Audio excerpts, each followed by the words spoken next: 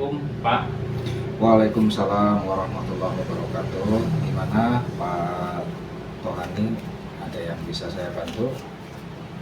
Mohon maaf Pak, mengganggu waktunya sebentar. Begini Pak, saya ada tugas dari CGP untuk mewawancarai beberapa kepala sekolah terkait dengan praktik pengambilan keputusan. Bolehkah saya mengajukan beberapa pertanyaan kepada Bapak? Tentu saja boleh, monggo silakan. Saya akan berusaha untuk memberikan jawaban atau keterangan atau penjelasan sesuai dengan kemampuan saya dan semaksimal mungkin. Monggo silakan, nggak apa-apa. Ya, terima kasih Pak. Ada beberapa pertanyaan yang ingin saya ajukan, kurang lebih ya sekitar 8 pertanyaan lah. Untuk yang pertama, selama ini bagaimana Pak Suroso dapat mengidentifikasi kasus-kasus yang merupakan dilema etika atau bujukan moral?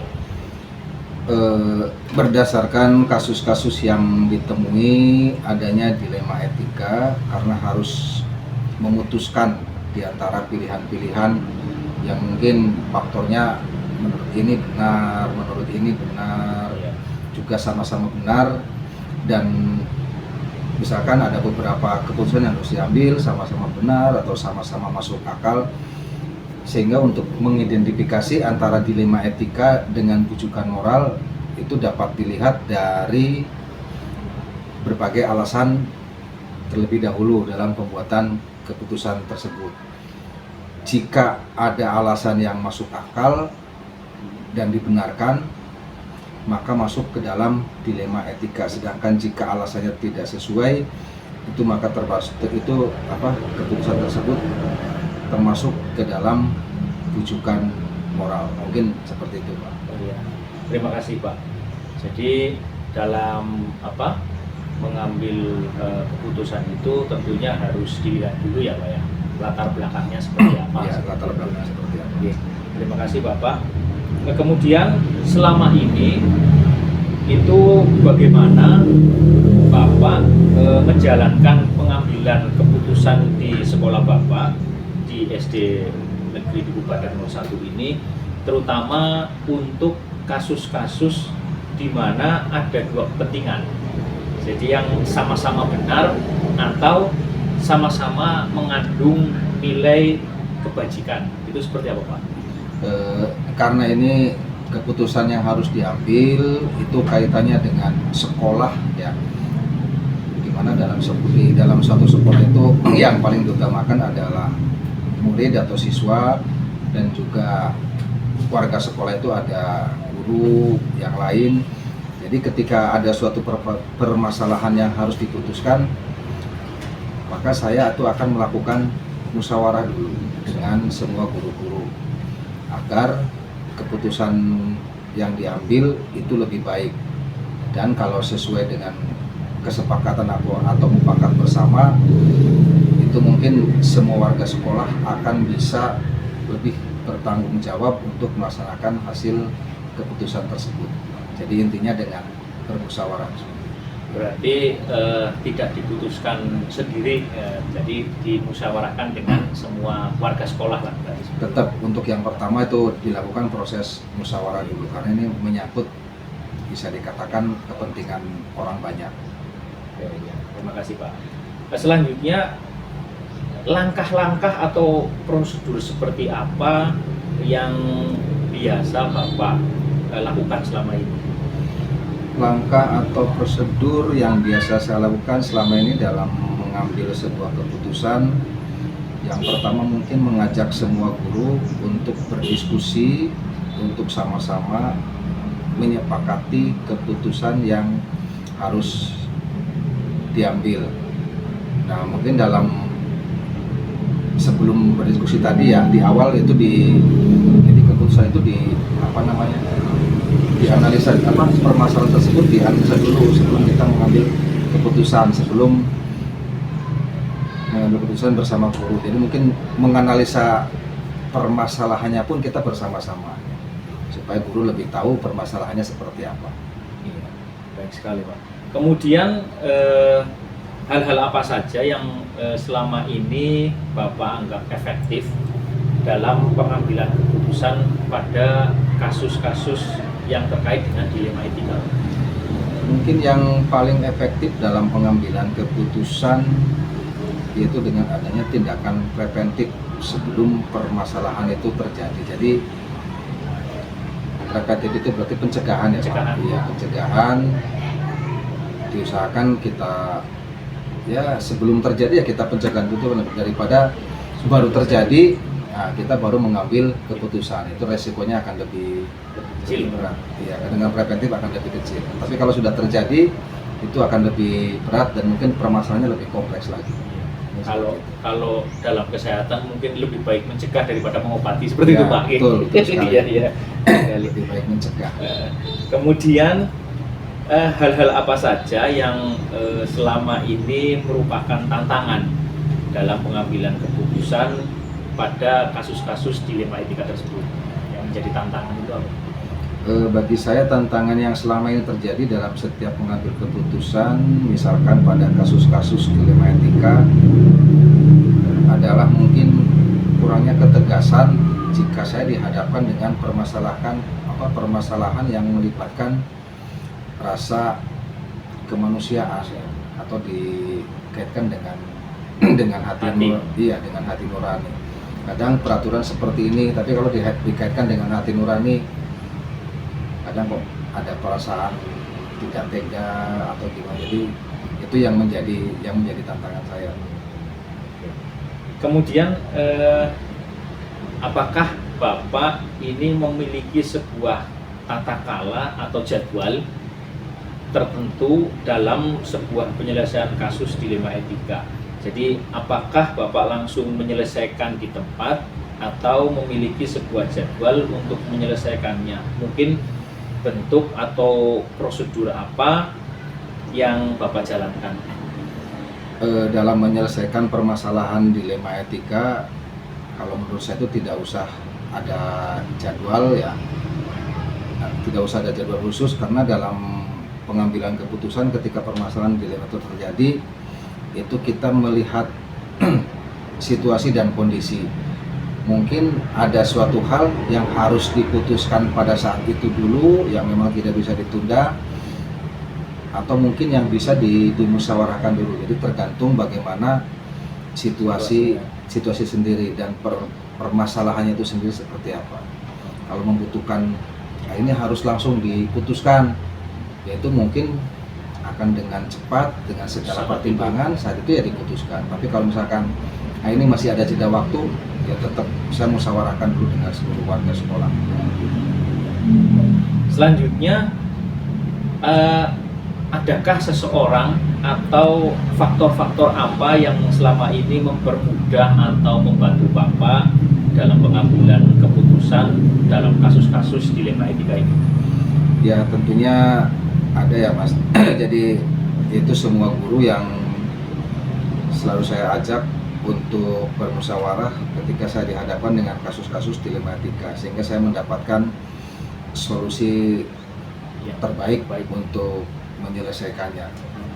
Nah, jadi seseorang tersebut sudah barang tentu selama bergaul yang sudah cukup lama, saya bisa melihat, oh ini guru ini kompetensi dan karakternya seperti apa ini.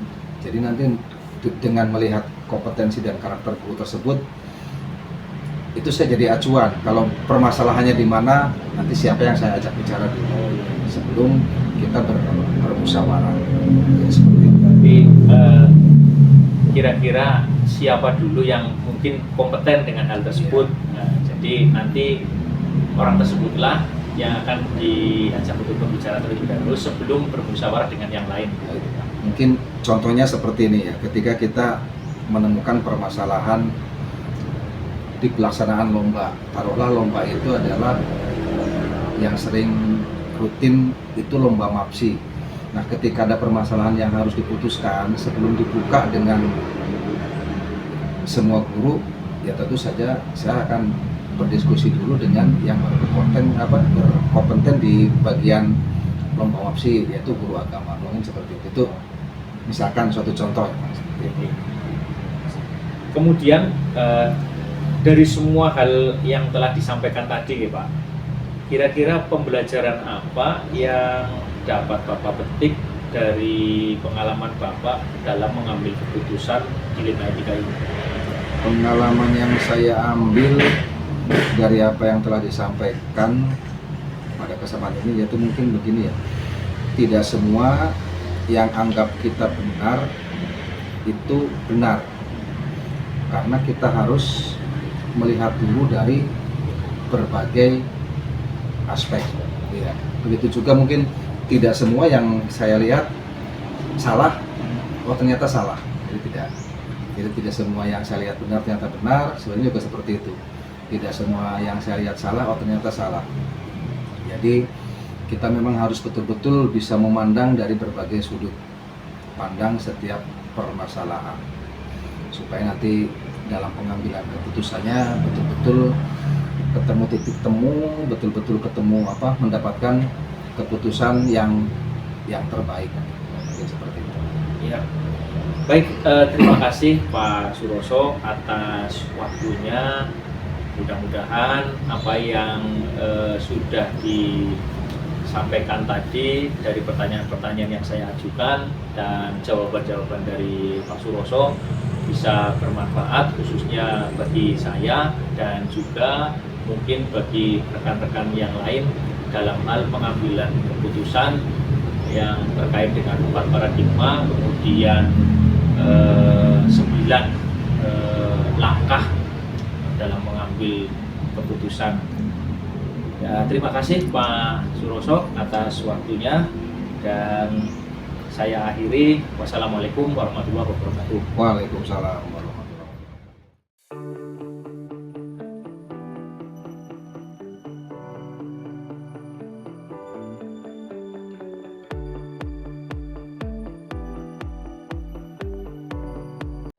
Assalamualaikum warahmatullahi wabarakatuh. Waalaikumsalam. Bagaimana kabarnya Pak Adi? Alhamdulillah baik. Pak Tohani, Alhamdulillah. gimana kabarnya? Saya juga baik Pak. Alhamdulillah. Mohon maaf Pak, mengganggu waktunya sebentar. Saya mendapatkan tugas dari JGP untuk mewawancarai beberapa kepala sekolah terkait dengan pengambilan keputusan. Jadi ada beberapa pertanyaan yang nanti akan saya ajukan kepada Bapak dan pertanyaan tersebut nantinya mudah-mudahan bisa menjadi bahan refleksi bagi saya dan mungkin juga bagi rekan-rekan yang lain. Bisa kita mulai sekarang Pak? Bisa, monggo Pak Tohani.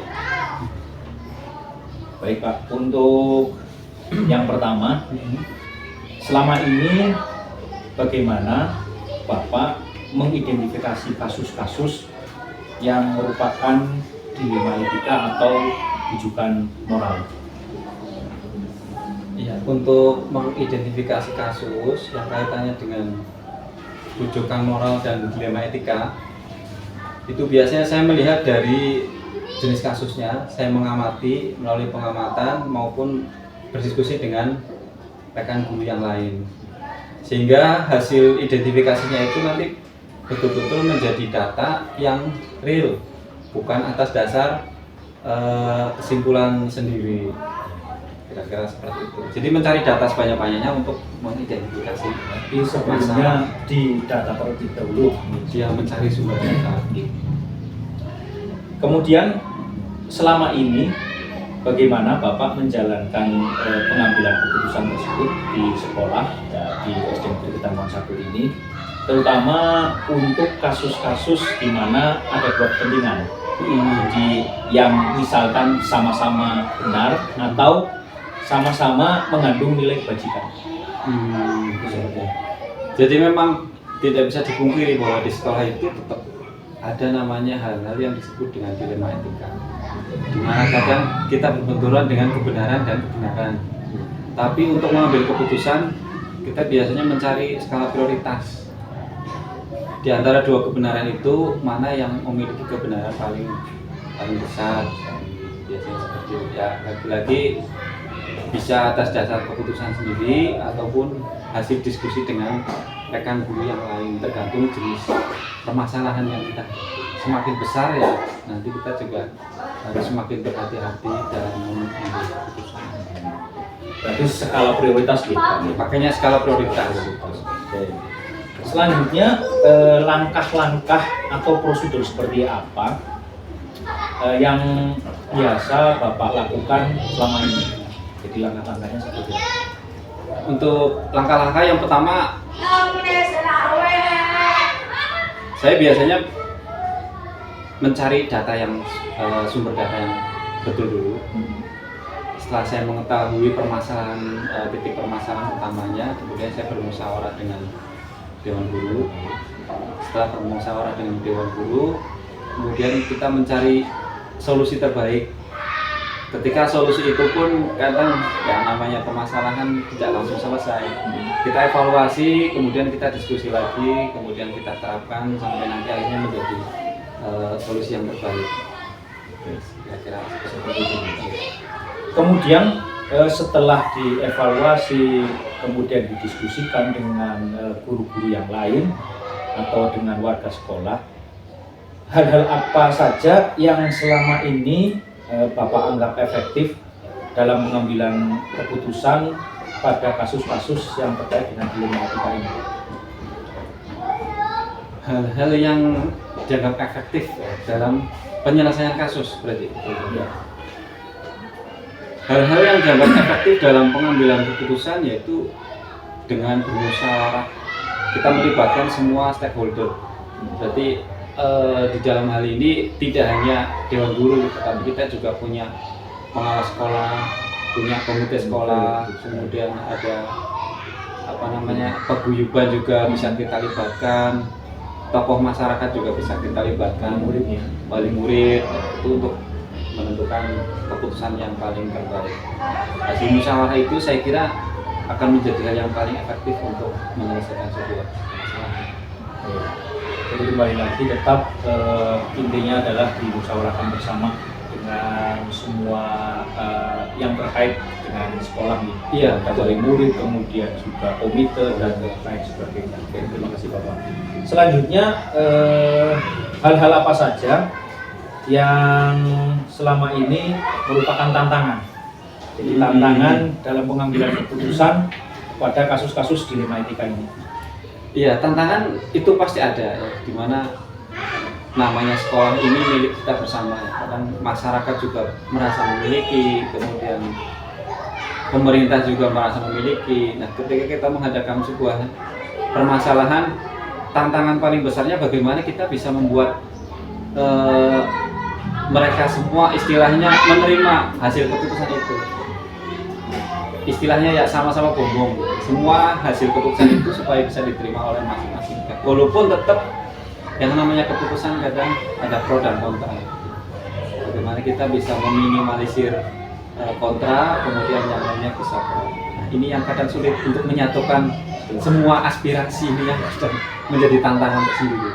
Karena setiap individu biasanya kan punya pendapat yang berbeda ya, seperti itu, Pak.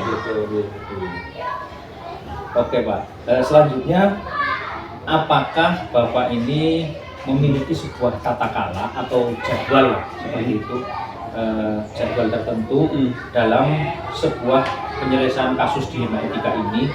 Apakah Bapak langsung menyelesaikan di tempat atau memiliki sebuah jadwal untuk menyelesaikannya? Mungkin bentuk atau prosedur seperti apa yang Bapak jalankan? Iya, seperti halnya kasus di sekolah kami ini kan ada namanya kasus kedisiplinan menggunakan seragam sekolah. Ini tidak hanya berkaitan dengan warga di dalam sekolah, tapi juga warga lingkungan sekolah. Di dalam kasus itu kami seringkali berkomunikasi dengan wali murid secara berkala. Kemudian selain membentuk komite, kita juga membentuk paguyuban. komite itu kadang secara formal, paguyuban ini bisa kita libatkan secara non formal. Setiap waktu bisa kita libatkan kapan saja. Kebetulan memang ada waktu itu setiap minggu ketiga setiap bulan itu di sini ada yang namanya Binsos, jadi pembinaan sosial. Melibatkan guru dan nanti diteruskan ke paguyuban. Jadi ada yang terjadwal, tapi juga ada kalanya kita langsung putuskan secara spontan. Melihat urgensinya mungkin. Iya, melihat kebutuhannya. Kalau memang harus secara cepat maka Iya. seketika itu juga diselesaikan gitu ya. Oke, terima kasih Pak baik sekali.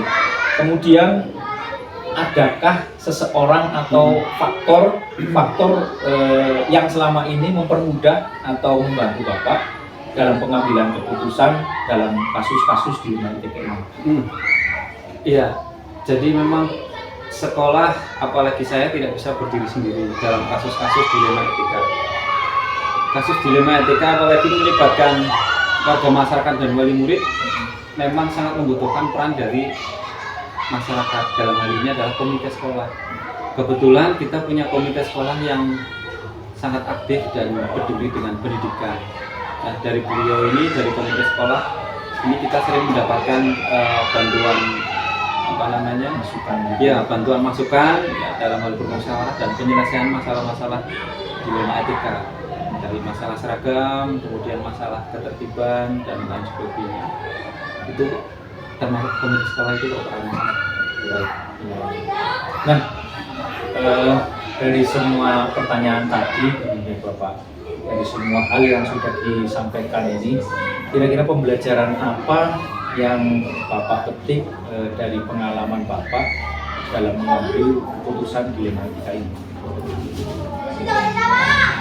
Tentunya banyak pelajaran yang bisa saya ambil dari penyelesaian keputusan dilema etika. Bagaimana kita bisa bersikap baik terhadap semua orang, bagaimana kita bisa mengambil skala prioritas, bagaimana kita bisa mendengarkan pendapat dari banyak orang untuk menyelesaikan sebuah masalah.